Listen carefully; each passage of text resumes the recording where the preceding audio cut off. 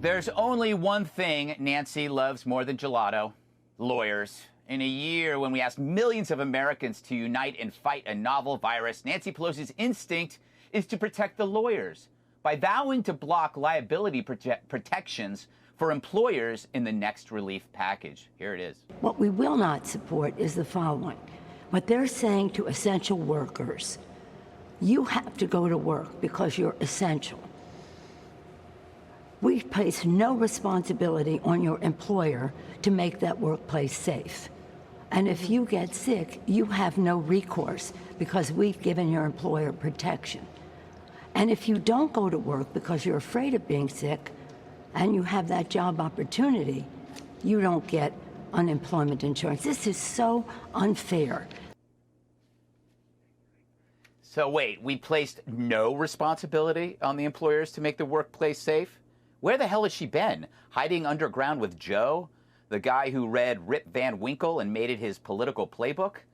Unless you've been refrigerated like delicious mint chocolate chip for 7 months, you've seen an amazing commitment to ensure safety. So let's not assume people who want to get back to work are being irresponsible. They're making adult decisions, struggling to save their livelihoods.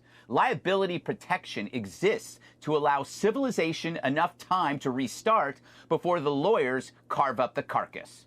And we get it. If a business doesn't make sure that it's safe for employees, it's not going to be safe for customers. Any idiot can figure that out. But Nancy's not just any idiot. She's a left-wing Democrat, beholden to left-wing law firms who shovel 80% of their political donations into her party's pockets. And because lawyers know they can make billions on COVID litigation, who cares if it can keep small businesses from returning to work ever? Which is why she pivots to a desperate potshot. Let's just get to the heart of it. At the point of all of this is this president, I have a new name for him, Mr. Make Matters Worse. He has made matters worse from the start. Delay, denial, it's a hoax, it'll go away magically, it's a miracle, and all the rest. And we're in this situation that you spelled out some of the numbers very clearly early. So it makes matters worse. Well, that was painful. Again, let's point out, Nancy gave no practical advice on dealing with a pandemic. She cowardly laid low and then waited to armchair quarterback much later. If she had all the answers to the virus, she must have kept them to herself. That makes her the real villain here, and someone who might have more than just rum raisin on her hands. All right, Dana, welcome back to the show. You were missed. Thank you. Thank you. I don't like rum raisin. I think that is the worst ice cream of all ice creams. It is. That's why I assumed that Nancy Pelosi would be eating it, because she seems like a rum raisin type.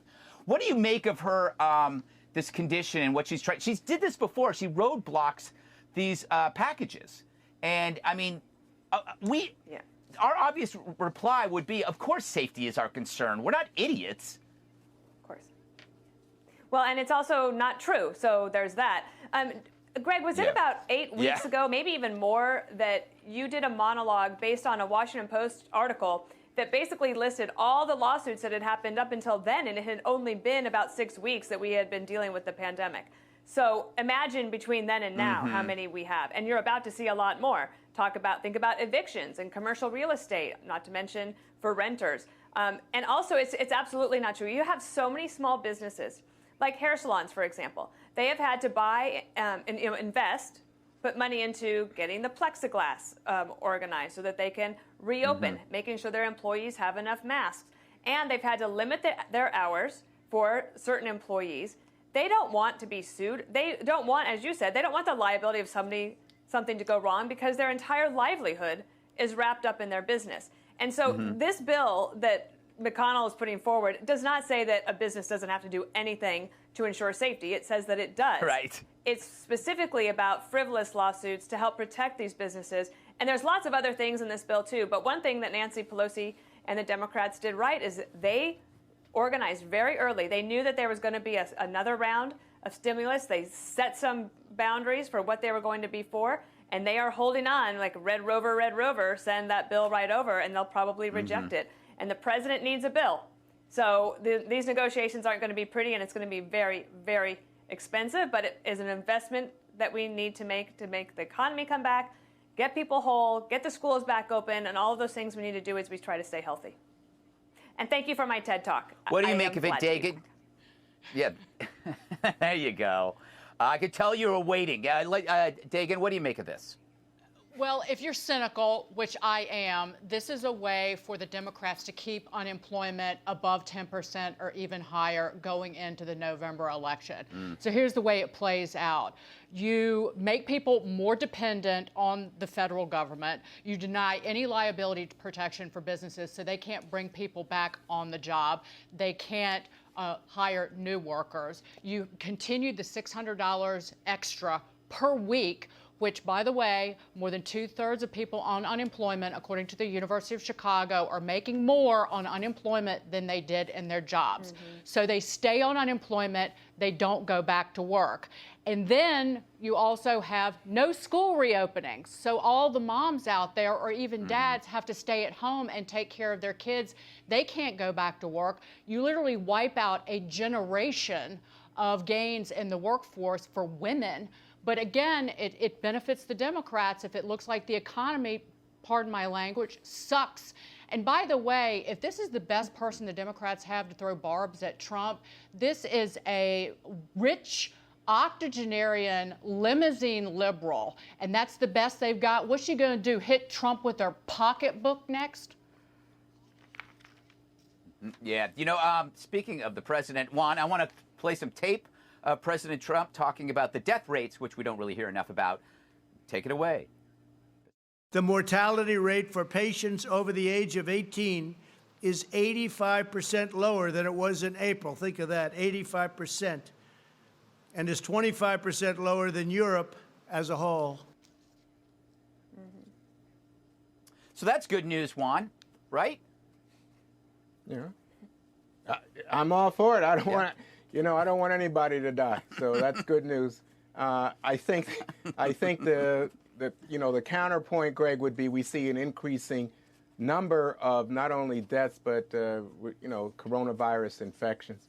But to get back to your issue about the liability, I mean, it's not uncommon for people to have to sign waivers if they're doing voluntary activities, like if you're going skydiving, or if you're going to a Trump rally in Tulsa in the midst of a coronavirus epidemic. So we've seen people asked to sign those kinds of waivers. The difference here, I don't think it's so much, political, except you're right. I mean, obviously Democrats and Republicans on Capitol Hill have a difference. But I don't think it's so political in the sense that you have people concerned about activities that they have to do, which is go to work or be a customer for a business, and they want to feel safe. They want to be sure that any business is making every effort to protect their well-being. And I think that what you're seeing, the contrary point from the Democrats, is you can't pass a liability waiver that frees business from making customer safety, worker safety a priority. They want to make sure, and that's, I think, the heart and soul of what's going on here. The contrary, the idea that somehow you're just letting people run wild. I think people want to go back to work. I think people want to do business. I think we're all anxious for it, but we want to be safe. That's all. Yeah, Jesse, I think we all have gone over we all want to be safe argument to a point that, we're trying to get to the next step now. We assess the risks and the benefits. We're adults. Nobody wants to get hurt. I mean, I would agree with Juan on one thing, that skydiving, yes, is as thrilling as going to a Trump rally. That was a very astute point.